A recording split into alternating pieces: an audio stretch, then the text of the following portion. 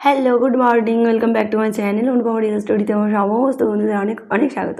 আর প্রচুর প্রচুর ভালোবাসা নিয়ে আজকে একদম সকাল সকাল ব্লগটা শুরু করেছি। একদম সকাল, দেখো মার্চ মাসে সকালে যে এরকমভাবে কুয়াশা, সত্যি বলছি অনেক দিন পরেই দেখলাম। তো ভাবলাম তোমাদের সাথে একটু শেয়ার করি। ছাদে এসেছিলাম সকালবেলা কুয়াশা দেখার জন্য। কেউ আছে এরকম পাগল? আমি আছি। তো চলো সকাল থেকে ব্লগটা শুরু করলাম। সারাটা দিন কীভাবে কাটছে না কাটছে সমস্ত কিছু তোমাদের সাথে শেয়ার করবো। দেখো ছাদ থেকে চলে এসেছি নিচে। সকালবেলা আমার ফার্স্ট যেটা ডিউটি সেটা হচ্ছে রান্নাঘরে এসে রান্না করা। তো সকালবেলা আমি চুড়িদারটা পরে নিয়েছি, তার একটাই কারণ, সেটা হচ্ছে তিনি দুজনেরই তো স্কুল আছে, ওদেরকে স্কুলে দিতে যাওয়া, আনতে যাওয়া ইত্যাদি ইত্যাদি সারাদিন চলতেই থাকবে রান্নার সাথে সাথে। ওই জন্য চুড়িদারটা পরে নিয়েছি যাতে করে আমাকে বারবার চেঞ্জ না করতে হয়। তো সবজি রাত্রে মোটামুটি কাটাই ছিল, আলুটা কাটা ছিল না, আলুটা কেটে নিলাম। আর এই যে নিম পাতা ভাজছি, নিম পাতাগুলোও কিন্তু আগের দিন আমি ছাড়িয়ে বেছে রেখেছিলাম, শুধুমাত্র ধুয়ে এখন আমি ভেজে নিচ্ছি। নিম পাতা আর এই যে আলু ভাজা করব। বেগুন দিয়েও ভাজা হয়, কিন্তু আজকে তোমার দাদাভাই বললো নিম পাতা কী দিয়ে খাবে, আলু দিয়ে খাবে।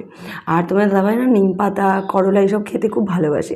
তা বলে যে সুগার টুগার আছে তা কিন্তু না, ওর শরীরে সুগার টুগার এখনও পর্যন্ত নেই, কিন্তু ও তেঁতো জিনিসগুলো খুব ভালোবাসে খেতে। তো যাই হোক, আমি নিম পাতা আলুটা ভাজা করে নিচ্ছি। তিন্নি শিয়া দুজনেই ঘুম থেকে উঠে গেছে, ওদেরকে স্কুল পাঠাবো। আর তার আগে রেডি করাতে হবে। চালটা ধুয়ে নিলাম, ধুয়ে হাঁড়িতে ভাতটাও বসিয়ে দিয়েছি। আর এই দিকের কড়াতে আলু ভাজা হচ্ছে, মাঝের কড়াতে হচ্ছে নিম পাতা ভাজা হচ্ছিলো। দেখো আলু নিম পাতা ভাজা হয়ে গেছে, দুটো এবার একসাথে মিশিয়ে ভালো করে আবার একটু ভেজে নেব, তাহলে নিম পাতা আলু ভাজা হয়ে গেল। আর মিক্সারেতে আমি একটু মশলা পেস্ট করে নিচ্ছি। মশলা আমার বেশিরভাগ দিন পেস্ট করাই থাকে, কিন্তু আজকে ছিল না, সেই জন্য। আর এই যে এইখানে দেখো আলু, বেগুন আর পটল এগুলো হচ্ছে ভাজা করব, গোল গোল আলু ভাজা। তিন্নি সকালবেলায় বললো মা গোল গোল আলু ভাজা করো, তো আমি কেটে ফেললাম।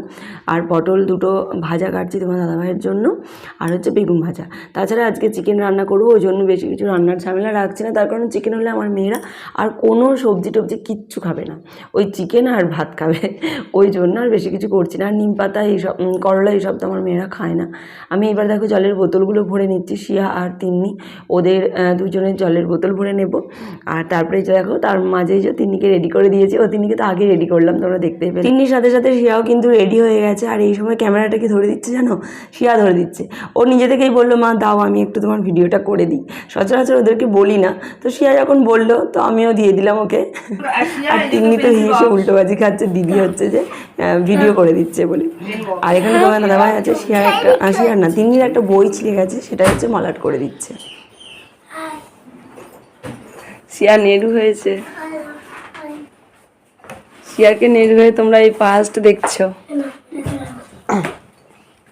বাংলা, ইংরেজি, বাংলা অঙ্ক, ইংরেজি গ্রামার, ইতিহাস, বাংলা রচনা, সঙ্গীত। আর বলবো বাংলা, ইংরেজি, বাংলা অঙ্ক, ইংরেজি গ্রামার, ইতিহাস, বাংলা রচনা, সঙ্গীত। তাড়াতাড়ি গুছিয়ে নিয়ে আয়, ছাতু করে নিয়েছি। তিন্নি তুমি খাবারটা খাবে এসো।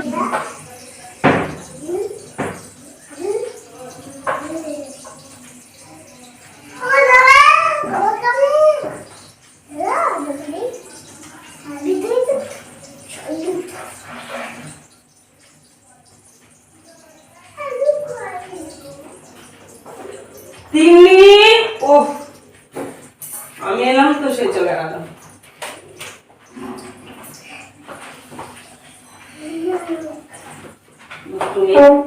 শুধুই ছুটছে, শুধুই ছুটছে।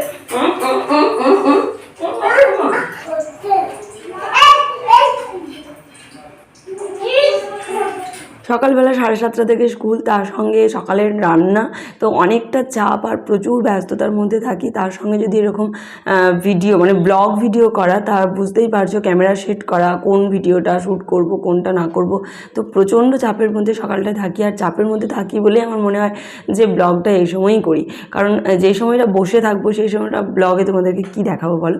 তো ফ্রিজ থেকে দেখো চিকেনটা বার করলাম। চিকেনটা আগের দিন রাত্রে নিয়ে এসেছিলো। গোল আলু ভাজা খাবে বলেছে, সেটাও হয়ে গেছে। বেগুন ভাজা, পটল ভাজা ওইগুলোও হয়ে গেছে। এইবার হচ্ছে আগের দিন মুদির দোকানের কিছু জিনিসপত্র তোমার দাদাভাইকে আনতে দিয়েছিলাম, অল্প কিছুই দিয়েছিলাম, তো সেইগুলো এবার ঢেলে নেবো। তোমার দাদাভাই কিন্তু খেয়ে দিয়ে চলে গেছে অফিস। আর শিয়া তিন্নি তো আগে স্কুল চলে গেছে, এখন অনেকটা ফাঁকা। রান্নার ঝামেলা বলতে শুধুমাত্র চিকেন রান্না হবে, ভাতও হয়ে গেছে। ওই জন্য আমি এখন দোকানি ঘরে জিনিসপত্রগুলো সব ঢেলে কৌটোর মধ্যে রেখে দিয়েছি।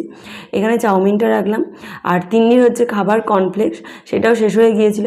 তো এই যে কর্নফ্লেক্সের প্যাকেট থেকে আমি কর্নফ্লেক্সগুলো বন্ধুরা গুঁড়ো করে ওরকম কৌটো কৌটোর মধ্যে ভরে রেখে দেবো। তারপরে যখন তিন্নিকে খাওয়াবো মোটামুটি 1 চামচ কি 1.5 চামচ নিই, তার সাথে অল্প দুটি চিনি আর পিডিয়াশিওর 1 চামচ মিশিয়ে কর্নফ্লেক্সটা খাওয়ায়। সকালের দিকেই বেশি খায় আর এক একদিন হয়তো সন্ধ্যের দিকে খাওয়ায়, নাহলে তো সন্ধ্যার দিকে অন্য খাবার খায়। তো দোকানে ঘরে জিনিসপত্রগুলো গোছগাছ করে নিয়ে দেখো চিকেনটা ভালো করে ধুয়ে নিয়ে আমি ম্যারিনেট করে রেখে দিয়েছিলাম। তারপর আলু টালু ভেজে নিয়ে চিকেনটা বসিয়ে দিলাম। এখন হচ্ছে চিকেনটা কষানো হচ্ছে। চিকেনটা কষানো হয়ে যেতেই আমি ওখানে জল দিয়ে সেদ্ধ করতে বসিয়ে দিয়ে রুমগুলো গোছগাছ করার জন্য চলে এলাম।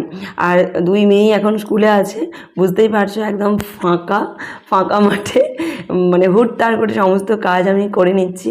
বিছানাপত্র গোছগাছ করে নেবো, সমস্ত রুমের আরও যা যা কাজ আছে গুছিয়ে গাছিয়ে রেখে দেবো। আর জলের বোতলগুলো সকালবেলা খুব প্রয়োজনের জন্য 2-3টে ধরেছিলাম। তাড়াহুড়োতে বন্ধুরা কী বলো তো, সব জলের বোতল সকালে ধরা যায় না। আর ওই যে অ্যাকোয়াগার্ডে কী বলো তো একদম ঝুরঝুর করে জল পড়ে, ভীষণ বিরক্ত লাগে। বেশিরভাগ দিন তো আমি ধরতেই চাই না, তোমার দাদাভাই ধরে দেয় সকালবেলা, কিন্তু আজকে তো সময় ছিল না তার। তো আমি আবারও 2টো ভরে আবারও 4টে রেখে দিলাম, পরে ধরবো। তার ফাঁকে ফাঁকে এই যে বিছানাপত্রগুলো গোছগাছ করছি, জামাকাপড় গোছগাছ করতে হবে। আর বিছানাপত্র যতক্ষণ না টান হয়ে থাকে ততক্ষণ না মনটাই যেন শান্তি পায় না। আর জানো তো আমার মেয়েরা এখন বেশি আর নোংরা করে না বিছানাপত্র, তার কারণ হচ্ছে শিয়া না আর সময়ই পায় না দুষ্টুমি করার। কারণ এখন ওর টিউশন স্কুল প্রচণ্ড চাপের মধ্যে থাকে পড়াশোনা নিয়ে, তাই তেমন একটা নোংরা করার সময় পায় না। আর তিন্নি তো শিয়ার পাল্লায় পড়েই করে, তো তিনিও আর তেমন একটা নোংরা করে না। সেই জন্য আমাকে আর বেশি মানে ঘর দোয়ার পরিষ্কারের জন্য বেশি টাইম দিতে হয় না।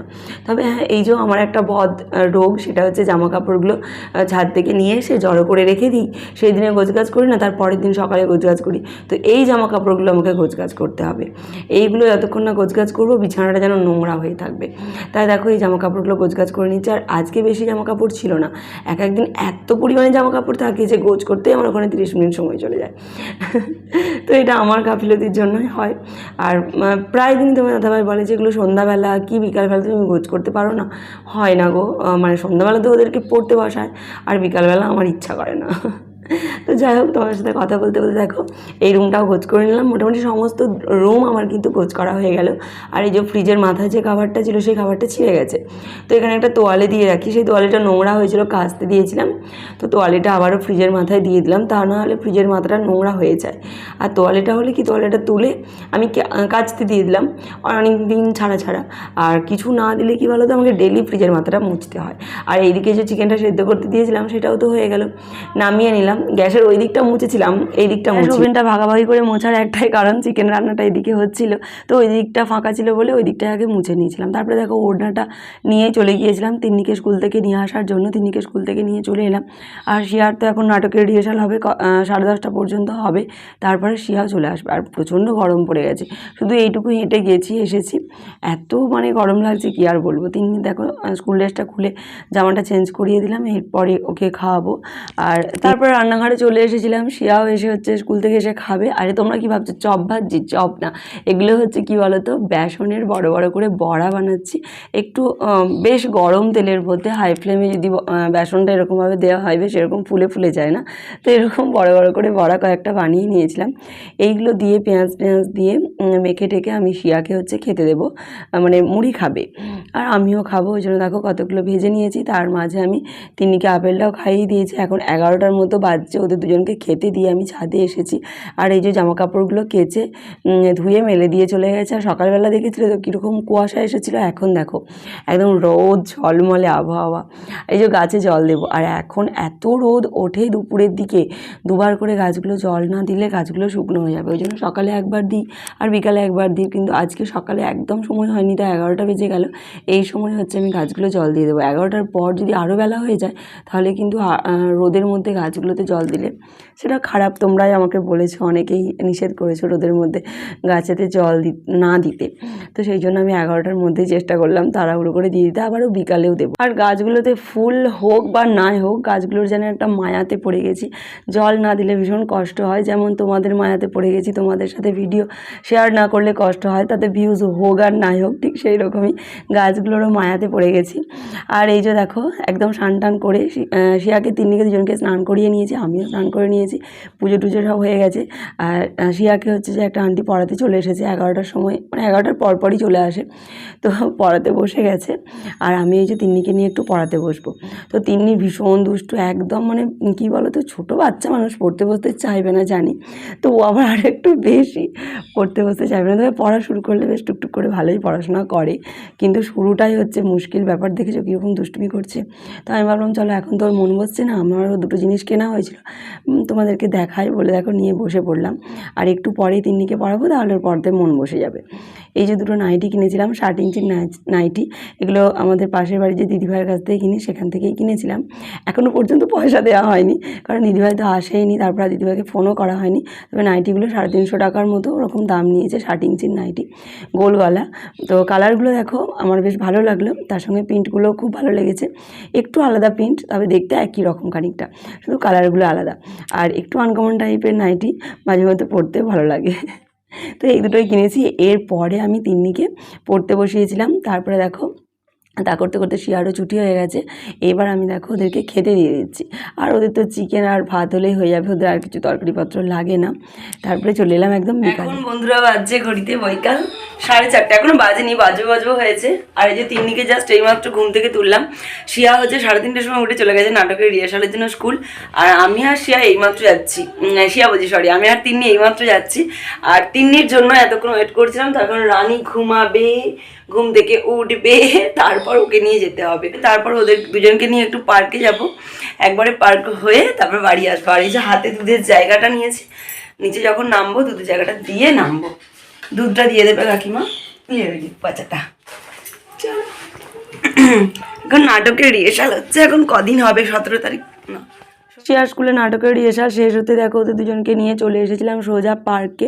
কারণ স্কুল থেকে পার্কের মাঠে একটাই রাস্তা, আগেও তো তোমাদের সাথে ওই রাস্তাটা শেয়ার করেছি। তো ওরা পার্কে খেলছিল, খেলার কিছুক্ষণ পরে এত হুড়ুম গুড়ুম করে মেঘ ডাকছে, ওদের দুজনকে নিয়ে বাড়ি চলে আসছি। আসার সময় বললে ফুচকা খাবো, দাঁড়িয়ে ফুচকা খেলে বৃষ্টিতে তিনজনেই ভিজবো, ওই জন্য ফুচকা কিনে নিয়ে চলে আসছি বাড়ি। দেখো ওই দিকের মেঘটা কেমন কালো হয়ে গেছে, তার একটু পরেই কিন্তু বৃষ্টিটাও নেমে গিয়েছিল। আমরাও বন্ধুরা বাড়ি এসে পৌঁছেছি, আর দেখো ধুম বৃষ্টি শুরু হয়ে গেছে। জাস্ট বাড়ি ঢুকেছে, আর বাড়িতে লাইন নেই, এগুলো সব পরে খাওয়া হবে। আর সকাল থেকে ব্লগটা শুরু করেছি, অনেক কিছু তোমার সাথে শেয়ার করলাম। সারাটা দিন কীভাবে কাটলো না কাটলো দেখো। শেষকালে যে কালবৈশাখী বৃষ্টি, বৈশাখ মাস এখনো পড়েনি, বৃষ্টি শুরু হয়ে গেছে, জোর বেশি বল।